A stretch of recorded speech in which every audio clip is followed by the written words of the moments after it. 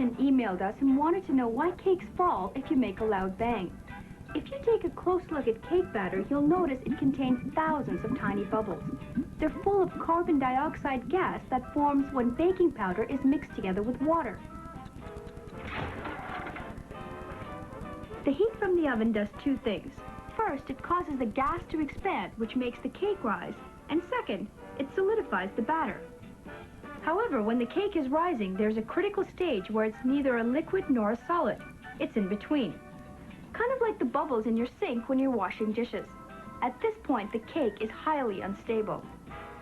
Now, if at this point you make a loud bang, like slamming the oven door, the vibration will jiggle the mixture and cause the bubbles to burst. This releases the carbon dioxide from the batter and causes your cake to fall.